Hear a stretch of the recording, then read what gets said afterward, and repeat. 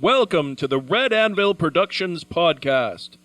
This is the temporary bumper. This is a temporary bumper that I'm going to replace that used to have music and other people singing. It's going away soon. Look forward to it. Hello, this is Rhombus Ticks. I'm still working out exactly what I'll be putting here, but I thought I'd reconnoiter with you a little bit first. Welcome to the Tossing Grenades at Windmills podcast. So if the first thing I tell you is how I met Tom. The boy in the graveyard book didn't have a normal childhood, but it gave him extraordinary abilities because of how he was raised. He learned to become invisible, and he could see and speak to the dead. Though if you asked him, he would probably have chosen his parents, despite all the good that he was able to do in that book. I met Tom long before he met me. You see, being raised in Wonder Bread land with no magic was unbearable. You can't live without magic, and you can't live without dreams. It's why the rest of Tom imported the dreams of someone else, who was almost him, as kind of a pacemaker. Let's just say Tom has seen what happens when most parts of a soul die, especially the dreams. But where was I? When the only place to find magic is in your head, you project outward, into realms that never were. Far more good was done in the places that you don't think matter, not real, than you can imagine. More than one kind, too. Word began to spread. But you can't leave your body behind.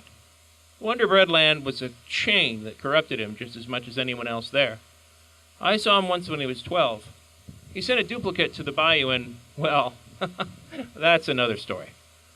But many years later, when I found him dripping wet and dry with sand on the bridge, I knew right away who he was. I told him the truth and helped him get home. We stayed in touch. He didn't really know me from Adam still. But a friend suggested a nom de guerre, and it stuck. Hey, not all worlds echo throughout all creation like yours does, but sometimes they do leak back. Good thing, too. Pretty decent human being, quite creative and capable. One of the symptoms of escaping Wonderland can be the inability to self-deceive. Ever see the invention of lying? Sometimes we have to lie to ourselves to try the impossible. The need to be elsewise. Elsewise, our temple of clouds becomes a bowling alley. Watch Pleasantville. You'll get it.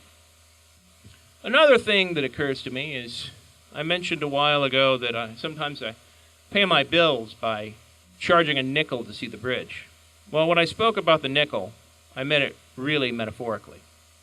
The guy who buys the bulk of my services is E.P. Blingermeyer, a guy who loves a thrill. He bungee jumps, skydives, kite surfs, runs, jumps, etc., etc. You get the idea. He has extremely skewed luck, but it's so ridiculously skewed that when he is able to get rich ridiculously fast, but he doesn't keep it long.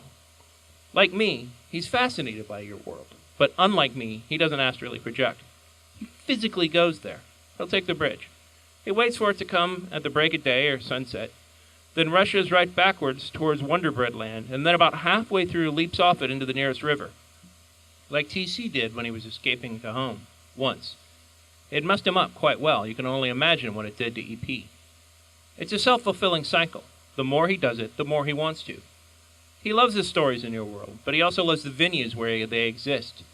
Bookstores, plays, movies, poetry slams, museum, you name it, he wants to experience it.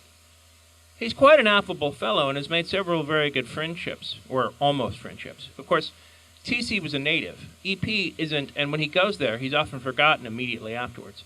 He's a fictional character from your perspective, after all. T.C. tried to help once with a trick he read about in a book, helping it to invent a non-existent person, but it didn't take. You will never find a person who claims that E.P. Blingermeyer is a real person. Though your reality is strange enough that you might actually find an E.P. Blingermeyer, only it wouldn't be the one who pays me. Most people who are determined to see the bridge on a thrill, I will, in fact, charge a few simoleons from my time. Teach them to see it, how not to get run over by, and more importantly, how not to get eaten by whatever comes from the other direction. Most people, most sane people, simply want to see a Sasquatch or a troll or God knows what. That isn't the case with our friend, so I charge him for it. He wants details, precise details about what comes and goes, stray broadcasts, dropped artifacts. He collects and catalogs them all, you see. It's quite lucrative, even though I have no idea what he does with all the things he collects. One of these days, he won't come back from your world. I'm amazed every time he does, actually. And when he stops, I may have to get a real job. Well, that's all for now. I'll have to figure out exactly what I'm doing with this thing later. This has been the Red Anvil Amalgamated Podcast. Shut up! Stop talking! Stop! This has been Rhombus Tix reading to you. Copyright Red Anvil Amalgamated 2015. Available on Amazon and other marketplaces. To fight the forces of evil!